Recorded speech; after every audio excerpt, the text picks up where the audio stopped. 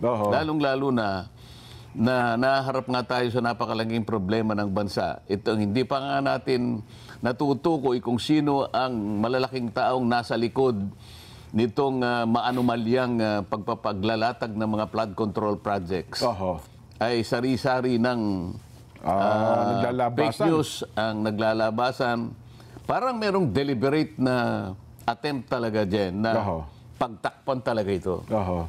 Ako nakikita ko eh. Sa social media, Sen, tsaka sa media, ang tawag dyan pinaproject, di ba? Mukhang pinaproject kayo na ganito po ang ipinta sa tingin ng ating mga kababayan. Tama ka, pero kasama yun doon sa grand design eh. Merong grand design. Talagang to malalim protect po and cover up. Oho. Meron akong 5 natukoy na mga pamamaraan kung paano nila i-float yung isang grand design to protect and shield the mastermind. Yung mga malalaking tao sa likod ng maanumalyang yan. Una, yung scapegoat strategy. Scapegoat strategy, okay. Hahanap sila ng sino yung mapagbalingan nila. Ang napagbalingan nila ngayon, sapagkat wala rito, ay yung dating Congressman Saldico. So, gusto nila doon lang matuon. Doon lang ma-focus ang usapin. So, yun ang magiging scapegoat nila? So, parang kapag yun ang nadiin mo, ligtas na lahat. Pwede, Sana kung ma-establish natin, hanggang doon lang. Okay. Kaya lang, nagsisigaw ang mga ebidensya. Nagsisisigaw at lumalantad, naghuhumiyaw ang mga sentimiento na hindi lamang kay Saldico eh. So kapag halimbawa nagawa nila na si Saldico na lang, yun ang scapegoat strategy. Okay. Kasi tingnan mo, meron akong nabasa na isang affidavit na isinabmit sa ICI. Yung ICI, ito yung Independent Commission for Infrastructure. Yes po, Isang malaking tao na inimbita doon at pinagsubmit siya ng affidavit. Kapag binasa mo yun, then nilaglag si Saldico. So talagang... So doon, lilitaw doon, talagang scapegoat. Sasabihin niya, maihinuha mo kung sinong tinutukoy ko rito. Wala po akong kinalaman dyan. Maaring ako po ang pinakamataas doon sa institusyon na yun. Ngunit wala akong kinalaman doon sa ginagawa ng mga chairman. Lalong-lalo na yung chairman ng Appropriations Committee. So makikita mo, merong direction talaga yung scapegoat strategy. Gusto nilang papaniwalain ang mga Pilipino, mga kababayan natin, na hanggang doon lang. So kapag naipagtagumpay nila yon, teka muna, may maliligtas ngayon. Maraming ma-absuelto, parang dating, gano'n? Sa akin kasi, hindi. Sinabi ko, kinakailangan matukoy natin kung sino talaga ang pinakautak, pinakaugat ng lahat ng ito. Tapos susunod, undermining the whistleblower. Okay. So parang minamaliit nila, Kong. Ang daming nag-whistleblower. Minamaliit nila yun. Ngayon, mamaliitin nila ngayon. Ang pinaka-classic na example ay yung Orly Gutesa. Yan, Ayan, di ba? Kasi ang importansya nung sworn statement ni Gutesa, siya lamang ang natatanging testigo na lumabas doon sa pagdinig na yon, na kumonekta kay Saldico hanggang kay Martin Romualdez. Yun ang distinction. Kaya medyo nagulantang sila ron. Lahat ng paraan ngayon ginagawa para i-discredit si Gutesa. Ma-undermine, totoo nga. Nakita mo, nagumpisa sila sa notaryo. Yan. Tingnan mo, may nagsabi pa maski na sa Blue Ribbon Committee, talagang ikinagagalak nila yung gumawa ng pagsisiyasat yung presiding judge ng Maynila. Napatunayan daw na talagang peke yung pirma ni nung abogadang nagnotaryo. Pagkatapos na nila ma-establish nila yun, fraudulent yung statement. Sinundan ng gano'n. Unang-una, hindi man lang nila pinag-isipang mabuti, maaari ngang hindi pirma yun nung inaakala ni Gutesa na nagnotaryo sa kanyang dokumento. Mulat sa pool naman talagang peke yung pirma, hindi talaga yung attorney. Pero hindi man lang nila sinikap na puntahan, pwede naman nilang puntahan eh. Ituturo naman sa kanila. Saan ba kayo nagpanotaryo para makita natin sino ba yung nandyan? Yan. Kung hindi yung pumirma, sino yung nandyan? Hindi kasi hindi natin pwedeng tanggapin sapagkat pinaka-imposible yun na si Gutesa, siya yung mismo nga hanap ng mga libro nung nagnonotaryo para makita niya kung anong ilalagay niyang document number. Yes po. Makukuha lamang yun doon sa pinaka-libro nila eh. Yung notarial register nila, sunod-sunod yun magmula sa number 1, 2, 3. Sa pagdaan ng panahon, dadami yung nagpapanotaryo. Opo. Doon sa panahon na si Gutesa ay pumunta ron, siguro nasa 500 plus na yun eh. Opo, Halimbawa lang, yung pinanotaryo ni Gutesa ay number 522 na yun. Opo. Page halimbawa 125. Saan makikita ni Gutesa yun kung hindi sa mismong libro nila na nandun sa loob ng kanilang opisina? Tama. Pagkatapos, dinakita ko naman rin ni Gutesa yun. Nakita ni Gutesa. Palagay mo, nagkaroon ng milagro, nakita ni Gutesa yun. Yan. Saan niya kukunin yung stamp pad? Ayun, para i-stamp niya doon sa pinakahuling bahagi para lumitaw lahat yung notarial details. At saka yung sa lugar ng nagnonotaryo eh. Yung kasi dahil Maynila yon, merong isang maliit na stamp na kailangan itatak din, opo. Tapos itatatak mo Manila. Nakuha uli ni Gutesa yung gano'n. Naitatak ni Gutesa. Pagkatapos, nakita pa ni Gutesa kung nasaan yung dry seal. Yung dry seal ng attorney. Nako. At siya mismo yung nag-dry seal ng gano'n. Ano? Yan, At saka niya ipinirma halimbawa. Kunwari si Gutesa na lang ang gumawa ng lahat ng yun. Paano magagawa ni Gutesa na hanapin yung notarial register ng taong sumisinop doon? Merong custody doon sa libro na yon. Paano pinahiram sa kanya kung pinahiram man yung... Hindi ba? Opo. Kung hindi pinahiram, sapilitang kinuha ni Gutesa para sa ganun ay magkaroon ng tatak. Merong dry seal. Palihim niya lahat ginawa yun. Hindi ba? Oo. Parang ang hirap paniwalaan. Ngayon, kung halimbawa hindi nga pirma ng abogada, maaaring hindi niya nga pirma, pero ang pinakatotoo rito, meron kang itinalagang tao dyan na kinasangkapan mo, kausap mo, palagian, sapagkat nandun na sila sa Book 8 eh. Opo, pang-8 libro na nga po nila, Sen. Isipin mo na lang, yung Book 1 halimbawa, 1,000 na lang ang pahina, ang pages. 1,000 dokumento na lang yun. Sa mga tuwid, yung Book 1, meron ng 1,000 documents ang nanotaryo nila. Nung Book 2, 2,000 na. Nung Book 3, 3,000. Book 4, 4,000. Book 5, 5,000. Book 6, Book 8 na eh. So papalapit na sa 8,000 documents eh. Sino yung pumipirma roon na itinalaga mo? Kung hindi man ikaw ang talagang pumirma roon. Dapat bali na, ngayon, ito naman Blue Ribbon Committee, hindi man lang nila pinatawag kung sino yung taong nandoon. Di ba? Paano nakuha ni Gutesa? Sino yung nagpahiram kay Gutesa nung dry seal o kaya yung stampad? Kung a-assumein natin na si Gutesa lahat ang gumawa ng lahat ng ito. Totoo. Sino pong nagpapanotaryo sa ating bansa ngayon? Pumunta po kayo sa mga lugar na kung saan meron pong City Hall. Halimbawa, Quezon City Hall. Kaya RTC, o kaya sa Manila. Hall of Justice. Napakarami po niya nakapaligid dyan. Lahat po na nagpapanotaryo, dyan pupunta, dyan tutungo yan. May dala-dala silang papeles nila. At yan ang ibibigay dun sa kung sino man ang makakaharap niya ron. Tama. At pagtatatakan lahat yung ilan yung dokumento niya at saka siya magbabayad. Meron bang isa sa kanilang nagpapanotaryo ang magpipilit na sabihin bago siya umalis? Sir, ma'am, pasensya na po, bago ako umalis, ay gusto ko pong malaman kung kayo po talaga yung pumirma rito. Kayo po ba yung, kasi po nakalagay rito, Attorney Espera. Yan, kayo po ba ito? Kayo po ba ito? Halimbawa, sinabi niya, pakipirma niyo nga uuli ito, baka hindi po kayo ito eh. Nako.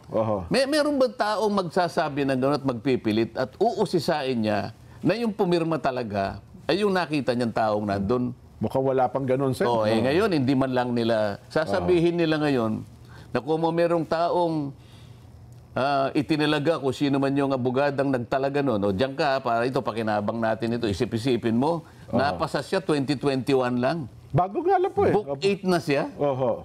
Yung law office namin dyan, ang tagal na nun, baka yung book 1 hindi nila napuno at saka ayaw na nilang magnotaryo kasi hindi yun ang talagang kinabubuhay ng aming law office eh. Totoo po. Nangangailangan lang kung minsan ay talagang mabilisan may pagnonotaryo. Kaya lang siguro maaring maglagay kami ron. Pero yung talagang para yun ang gawin naming ang hanap buhay na. Hanap buhay, hindi yun eh. Hindi yun, yes po. Itong abogadang ito, iyon ang kanyang hanap buhay eh.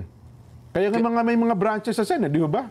Ngayon sasabihin niya, hindi. Maring hindi mo pirma yon. Pero sisiguruhin ko sa'yo, kung nakikinig ka, Atty. Espera, tao mo yung nilagay mo doon. Kasi hindi ka abot sa pang-8 libro.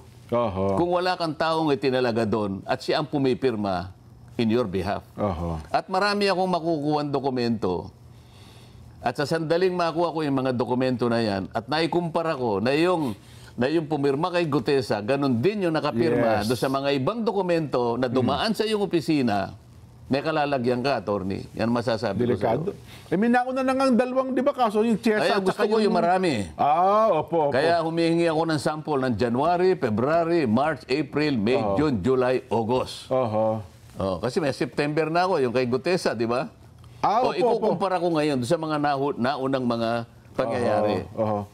At saka Sen, bakit to ewan ko lang, doon sa executive judge ng Maynila, hindi pa niya nakikita man lang, siguro kinumpara man niya, kasi sinabi nga, peke agad eh. Di ba doon sa kanyang desisyon daw? Nung nagpunta ako doon, nagkaharap kami. Nga pala, pumunta nga pala kayo, no? Ang sabi ko sa kanya, Judge, hindi naman kako, ang pakay ko ay yung matukoy nating kumpirma niya. Sa aking palagay, hindi niya pirma yan. Ayan, opo. Pero merong nagnunotaryo sa pangalan niya sa lugar na yan. Ang gusto ko lang sanang i-request sa inyo, kung papayag kayo, makakuha ko ng ilang piraso ng mga ninotaryo niya sa mga nakaraang panahon. And sabi naman niya,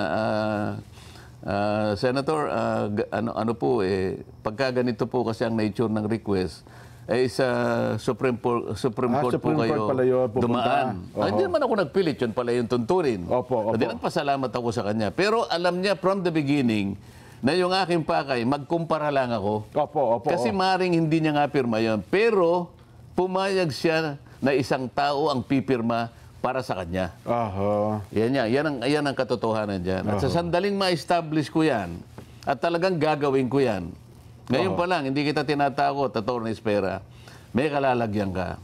Nako. Yan, yung judge naman, nakiusap ako na bigyan ako ng ano man ang magiging outcome ng kanyang investigasyon. Hindi niya ako binigyan, diniretso niya sa Blue Ribbon Committee kasi hindi raw ako partido. Yung kayang Blue Ribbon Committee, partido kaya rito?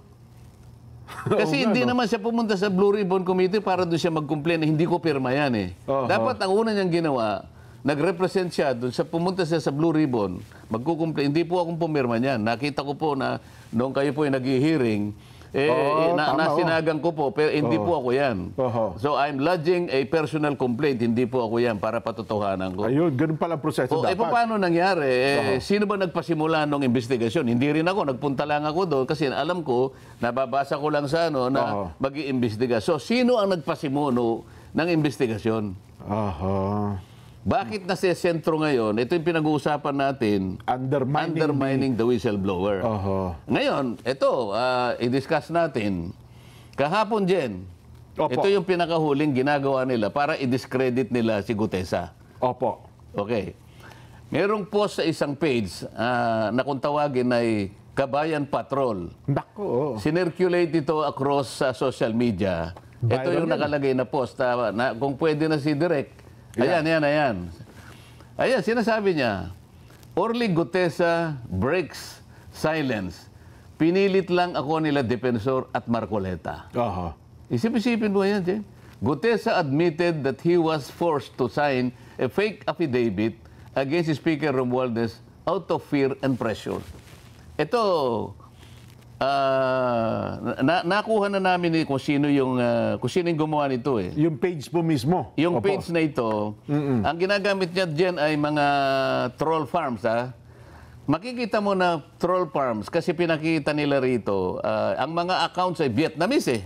Ganun po? May Vietnamese accounts, karamihan ha. Oo, So kung nako. halimbawa sa 1,500 Vietnamese at yung iba pa Arabic accounts, para kunwari maraming sumusuporta. Maraming nag-suporta at comment. Opo. Oo, ha. Ngayon, ibalik nga natin doon para makita natin. Kung makikita mo doon sa bandang ibaba, right Opo, side, opo. nakalagay Kabayan Patrol. Kabayan Patrol, yes po. So parang ginamit pa yung logo nung TV station, opo, oo. isang TV station para magmukhang totoo. So nakikita nyo ngayon kung ano ang kanilang pakay. Opo. Gumagawa ng isang bagay na hindi totoo. Pinilit namin ni Mike Defensor si Gutesa para gumawa ng isang salaysay. Yan ho lumilitaw dyan. O isang bagay na kabaligtaran. Ngayon, anong pakay ng mga... Hindi lang ito dyan, ha? Opo. Kasi kung punta tayo sa pangalawang slide dyan. Yan. Ayan. May requirements ang Meta kasi dyan, yung Facebook, na bago ka makapag-publish ng ads, kailangan meron silang mobile number, no? Yes po. Para magbabayad. Pinacheck ko yung mobile number. Ito ay nakarehistro sa isang tao na nagngangalang Luis Orbon.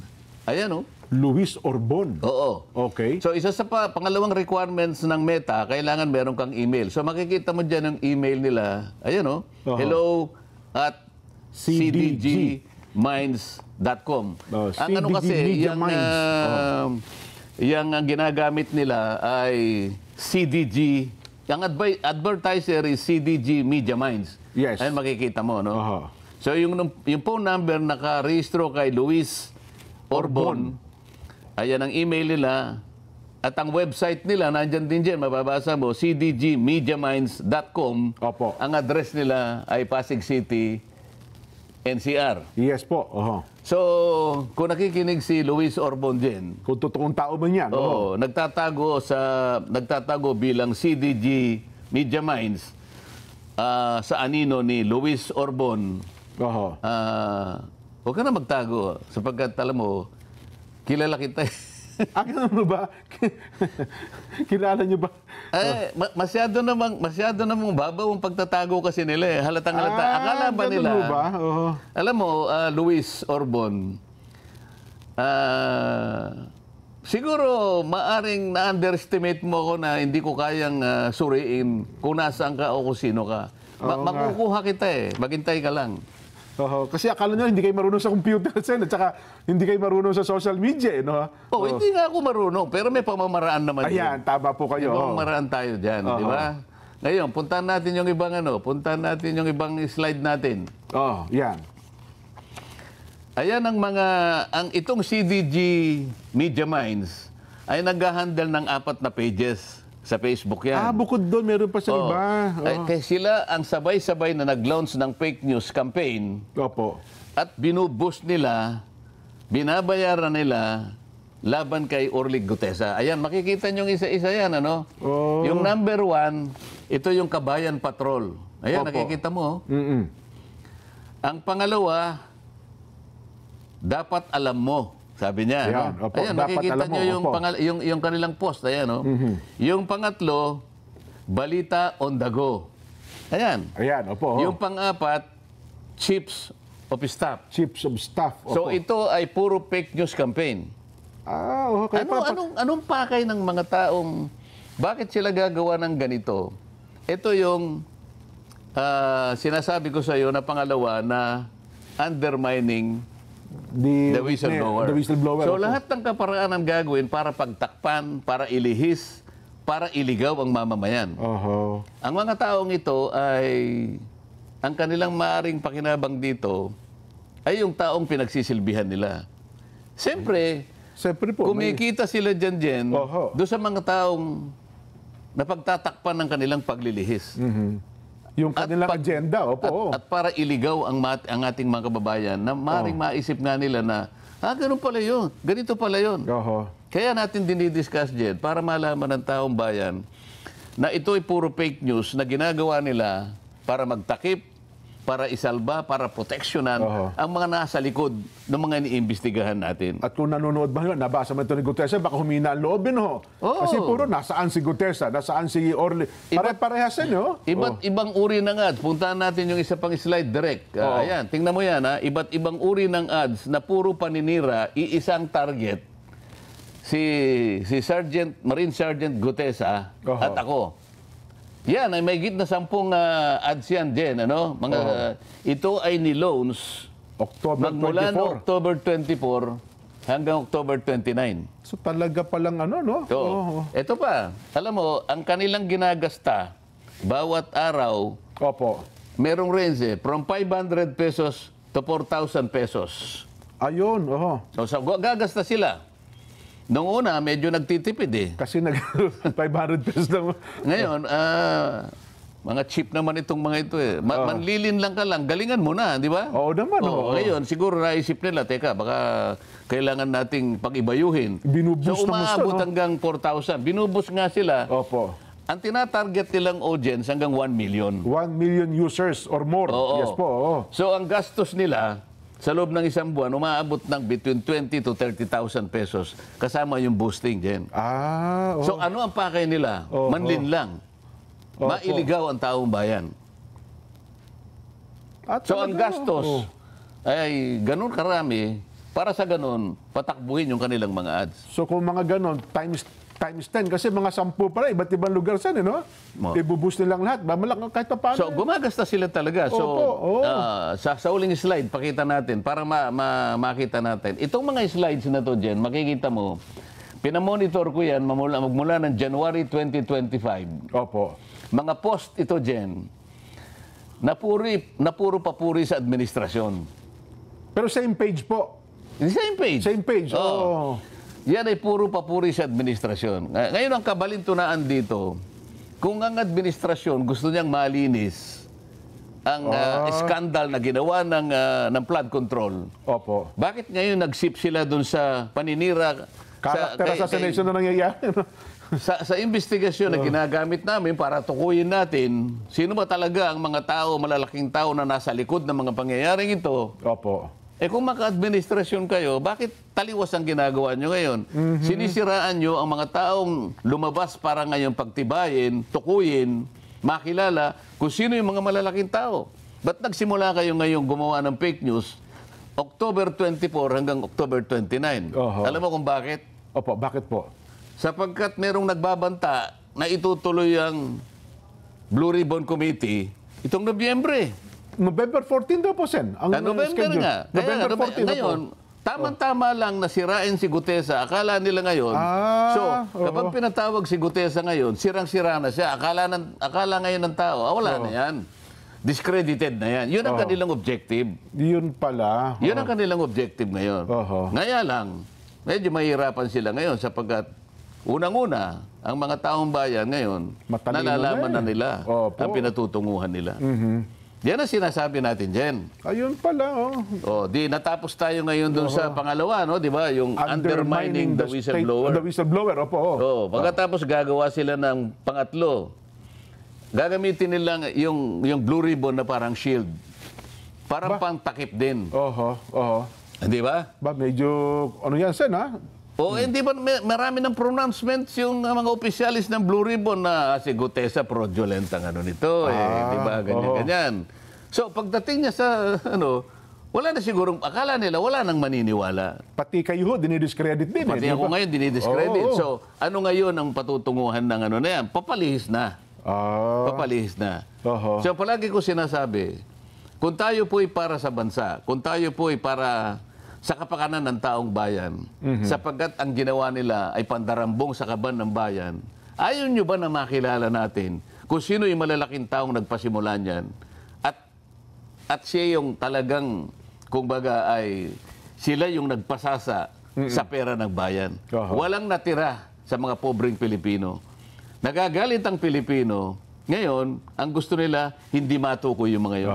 Kung ang layunin natin ay isa, makita natin kung sino talaga yung mga tao sa likod ng mga yan, bakit hindi natin gamitin ang Blue Ribbon sa iisang direksyon? Bakit tayo nag-aaway-away? Ba't kinakailangan yung manira ng tao? Tumistigo si Gutesa.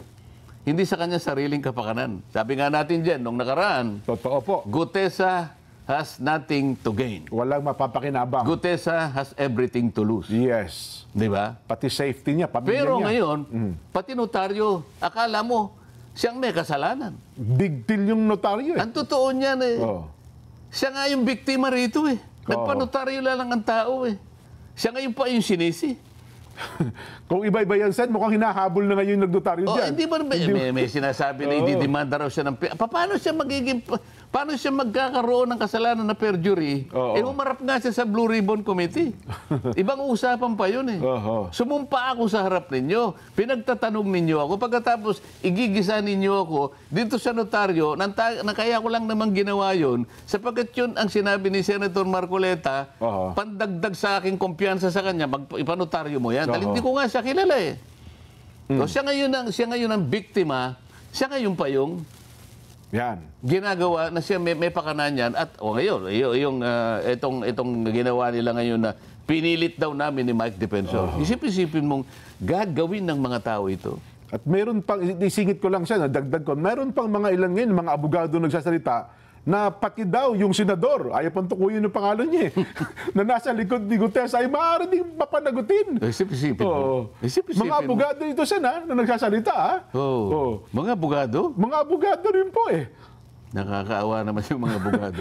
Yun po ang sinasabi nila. Kasi nga, kung papapaniwalaan nilang tao na pinilit nga namin siya ni Mike Defensor. Yan, yung punto na yan. Hindi ba? Pati ho yung doon sa notaryo daw, kung bahagi daw yun ng parang pagmamali o pagpeke doon sa kanyang affidavit, may pananagutan din daw kayo doon, Sen.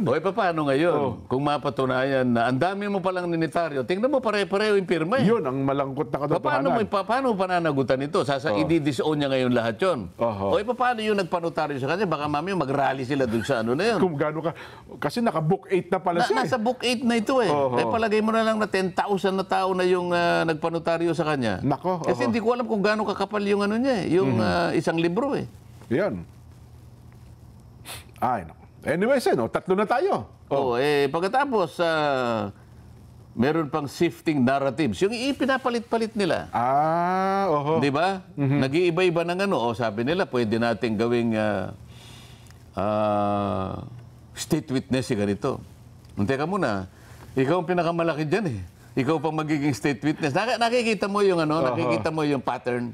Yes po. Mga pattern ito eh. Kapag ito'y pinagsama-sama mo yung pattern na to, maliwanag na maliwanag, ililihis nila. Ayun. Isisinsay nila yung katotohanan. Kaya pala dinidiscredit din ng mag-asawang Diskaya. Kasama yun eh. Ito yung panghuli, ito yung diversion and deflection. Di ba? Panglima. Diversion and deflection. Paano naman daw nila gagawin yan, Sen? Yung ano? Yung diversion and deflection na binabanggit ninyo. Ibiblame nga nila yung kamukha ng, hindi, ang may kasalanan yung nakarang administrasyon eh. So yun ang diversion. Hindi ba pinipilit nilang palitawin dun sa mga naunang tumistigo? Teka muna, bakit ito lang yan? Paano yung between 2012 to ganito, 2016, between 2010 to 2016, nasaan yung mga yun? Yun ang diversion. Kaya pala... So ibig sabihin ngayon, teka muna, kasama ba sila sa 2025 na pati yung budget nilikot ninyo? Kasama ba sila ron? Kasama ba sila doon sa mga tumira ng program? Kasama ba sila doon sa allocable? Kasama ba sila sa leadership? Pinag-uusapan natin eh. One administration ago. So, pag sama-samahin mo itong pattern na to, iisang direksyon eh. Ililigaw natin. Para sa ganun, nakaiwas tayo. Para ngayon makalimutan natin, sila yung matukoy. Mga ilang ano lang naman yan. Alam mo ang Pilipino, malilimutin yan. Pag may bagong issue, yun ang kanilang pag-asa. Kaya mga kababayang nakikinig, wag po kayong bibitaw. Wag nyo pong kalilimutan na ang inyo pong pera, ang pera ng kabanang bayan, ay inaswang po ng mga taong ito. Nako. Wag po kayo makakalimot. Ayan. Pero ako naman, Sen, naniniwala na higit na nakararaming Pilipino, ang gusto talaga malaman, ang katotohanan sa likod ng ito. Paano nga natin gagawin yun kung pinipilit nilang pagtakpan lahat? Bagamat meron nga, yun, sabi nyo nga, kung yan, naliwanagan tayo, may mga ilang tao talaga na nag-ooperate, baka ma-divert nilang isipan ng higit na nakararaming Pilipino, Sen. Ito malinaw na malinaw ito dyan, ha? Isip-isipin mo, nagtatago sa CD Media Minds. Sa anino ng isang Luis Orbon. Nakuha na ito eh. Ang email niya, ayan, hello@cdmediaminds.com, website cdmediaminds.com. So, nakapag-comply siya doon sa requirements ng Meta. Kaya siya pinayagan. Kaya lang ito, hindi pwedeng ipagkibit balikat ito sapagkat seryoso ang ginagawa nila eh. Ay, massive ang campaigns yun eh. Panlilinlang na tuwiran at deliberate na panlilinlang. Kaya ito ay ipipilitin ko ang DICT, ang NBI at saka yung CICC na makialam dito. Ay dapat ba, anong huyan? Talagang malaman sa lalong madaling panahon. Baka hindi lang po ganyan ang gagawin nila sa mga susunod, Sen. Ang kanilang target is 1 million audience. Subscribers and followers. Kung mapaniwala nga naman nila, yung kahit konti lang, ayaw kung mangyari yung bagay na yun. Kasi yung share, yan po yan eh. Isipin mo, Orly Gutesa break silence. Pinilit lang ako ni na Defensor at Marcoleta. Paano kung lumabas ito? At sabihin niyang, hindi po totoo lahat ang mga pinagsasabi ng mga walang hiya na yan. Kaya lang, yung iba na paniwala nakadamage. Totoo, Sir, kasi pagka binasa mo po yung mga reactions, well, ngayon pala napatunayan na yung mga comment ay, baka kako yung mga comment na yun, troll din yun eh. Kunyari lang, marami nagko-comment kasi ang haba po ng mga... Hindi, napatunayan na namin na troll kasi. Ang karamihan, sa bawat 1,000, halimbawa, yung kalahati, Vietnamese accounts at saka Arabo eh. Ganun ba? Makikita mo Arabic yung ano eh. Paano mong hindi sasabihin na talagang gawa-gawa lahat ito? Hindi naman organic eh. Kaya makikita mo pati yung mga... kunwari, nagko-comment, naka-block yung yung mga kanilang identity, hindi makilala. Ang masakit dito, Jen, may mga taong ganito na kumita lamang, magkaroon lang ng pansariling pakinabang, kahit na mali, kahit na mailigaw, kahit na malinlang ang mga kababayan natin, gagawin nila eh. Sana kabaligtaran ang mangyari. Maisip ng mga taong katulad nito na isa lang ang buhay ng tao dyan eh, di ba? Totoo po naman. Tumulong ka na lang sa bansa mo eh. Kaya lang talagang meron pa rin. Ito pandarambong sa kabang bayan. Akalain mo pakakasangkapan ka para pagtakpan mo ang ginawa nito ng mga tao sa likod ng mga maanumalyang flood control projects. Masisikmura mo ba? Masisikmura mo ba? Pakakasangkapan ka sa pagtatakip ng pandarambong sa kabambayan. Kumita ka lang. Anyway, doon sa pangatlo, na sinabi nyo sa Blue Ribbon, kasi na-expect ng marami ay magbabalik ang sesyon ninyo at ng Blue Ribbon sa announcement po ay by November 14.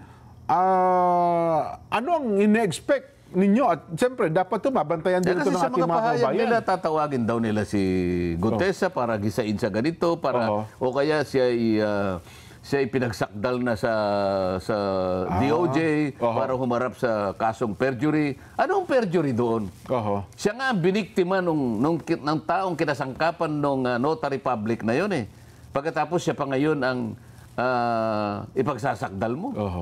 At saka nowhere to be found daw itong Gutesa. Tapos sabi daw sabi ninyo nasa pagkukup-kup ng Philippine Marines, sabi daw ni dating Congressman Mike Defensor. Kaya tuloy napilitan magsalita yung Philippine Navy. But teka, wala sa pagkukup-kup namin, yung Gutesa na yan. Kaya sabi naman ng isang nagsasalimbayan ang fakery news. Yun po, fakery, gano'n. Bahala na kayo dyan, di ba? Basta wala tayong sinasabing mga fake dito. Ayan. Ang ating ginagawa, ilabas kung sinong gumagawa ng mga fake news na ito. Nako.